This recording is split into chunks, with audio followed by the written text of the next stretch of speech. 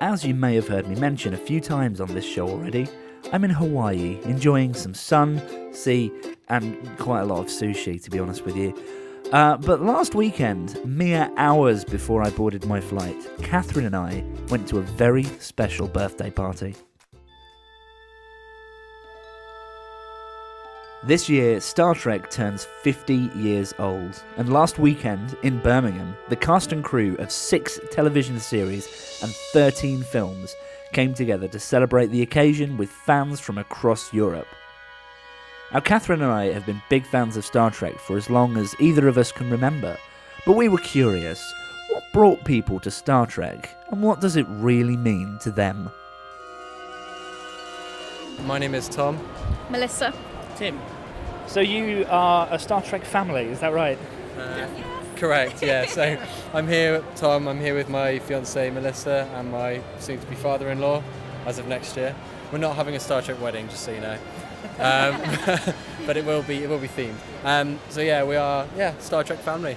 How long have you been into Star Trek for? Not as long as these guys. I think because I met Liz about nearly 10 years ago now. And when she first met me, she said, just to warn you, my dad's a bit of a fan of Star Trek. And I got home and it was just everywhere. No. He's not too bad. But I think slowly over the years, he's sort of shown me more and more of it, and I've got into it. What was it like growing up with a Trekkie for a dad? Well, I just remember we just have it on every evening. We just watch it. So I just remember watching Generation first, growing up with that, and then sort of seeing Voyager after that. So. My name is Laurie Beth Bisbee. My name's Gabriel Dongi. My name is Terrence Scott. What got you into Star Trek? I just enjoyed the series, the original series, which was what they first introduced me to, wasn't it? Oh yeah, We watched it from the beginning. He's a science geek. Yeah. Yes. Always have. I watch the reruns because I've always loved all of the series. And it wasn't just older families either. Some fans attending the celebration weren't even alive when there was last Star Trek being made for television. What brought them there? My name's Will. I'm 12. So what got you into Star Trek? Well, when I was a lot younger, probably about 6 or 7, it was on like replays on TV, and I would just watch it. And then when I was about 11 or 10, I started watching all the episodes in order, and I really got into it. Yeah, I don't think it's hard to get into Star Trek. For me, it was really easy because I just think it's amazing. So. I think it's the deeper message behind it. Yeah, it's really got good morals and stuff like that. My name's Jack. I don't know. I just love the actual stories and the plots of it. I just really enjoy it. I think it's actually helping people in the world in some places. That's me. People don't just come to pay their respects at an event like this. The cosplay game here was very strong. For those not in the know, cosplay is like extreme dressing up, where people create amazing outfits that match their fandom to a T. Pun intended. We're here with... Apollo Cosplay, alias my actual name is Phoebe Orrs-Bergeron. You're here as Spock. Why Spock today? I honestly think that he made the series. When you think about the original series, you often think about Kirk being the captain, and he's obviously the main character, but his relationship with Spock defines the program. Do you do other Star Trek related cosplays? No, this is my first Star Trek cosplay, but in the last year I've started cosplaying on a more professional level, and I also make props. So I thought that this year, this Star Trek con, I would make a cosplay and wear it to him. What got you into cosplaying?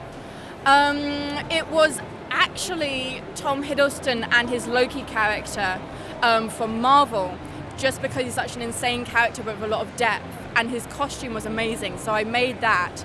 And then from then on, there was no hope for me. I just had to keep going. I'm dressed as the Borg from Star Trek The Next Generation.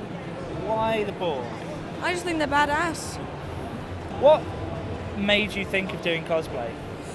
Well, it actually started last year when I went to MCM Manchester Comic Con. I just started playing Kingdom Hearts 2, and then I just thought about going to Sora, and well, started from there. And as this is radio, what have you come dressed as today? I am operations. I'm a tactical officer. How about yourself? Operations and a scientist. I'm Spock from the Voyage Home, I think it is. Yes. Yeah. How much work actually went into it? What did you have to do to make this? Well, mostly I bought like the actual armor, but then I got like tons of wires and then just chopped them up into pieces. There was going to be an eyepiece, but it fell apart and ended up getting covered in blood. Blood? Yes. Oh, it's an authentic eyepiece. Yes. So quite literally, blood, sweat, and tears have gone into this costume. I'm not cosplaying a specific person, but I'm imagining that I am from Deep Space Nine. I am What is one of your the rank? I am Commander. So. But has Star Trek really had that big an impact on the world? I don't know, I think it's just something that could happen in the not too distant future. Then you get the mobile phones come after it. It seems everything they're doing seems to be coming true. Yeah, it makes you think about the future, and it's kind of like, oh, is that what it's going to be like? It inspires so much. And mobile phones have come from Star Trek, iPads have come from Star Trek. I'm sure anyway. Star Trek is not about like the action and the battles and stuff like that. It's about the deeper message behind it. And don't just judge it by its cover.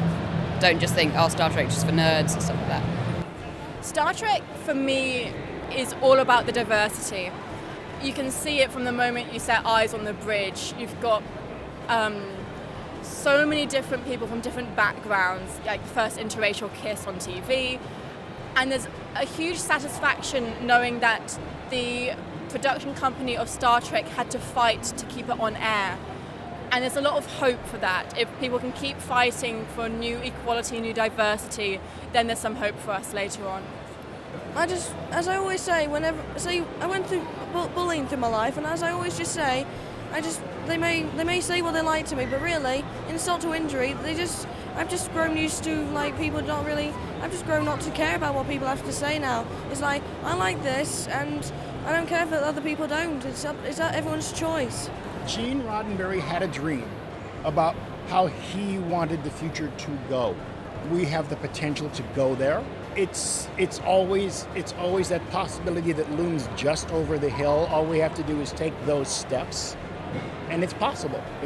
Star Trek holds out the possibility that we can be better. Well, as we celebrate 50 years of Star Trek, it's obvious now more than ever that life really can imitate art. The world we live in might just be a little better as a result of Gene Roddenberry's amazing vision. From flip phones to medical scanners to the very idea that world peace could exist in our lifetimes, I don't think I've ever been more proud to call myself a Trekkie. Live from the side of an active volcano in Hawaii, this is Kes and Katharine asking you all to live long and prosper.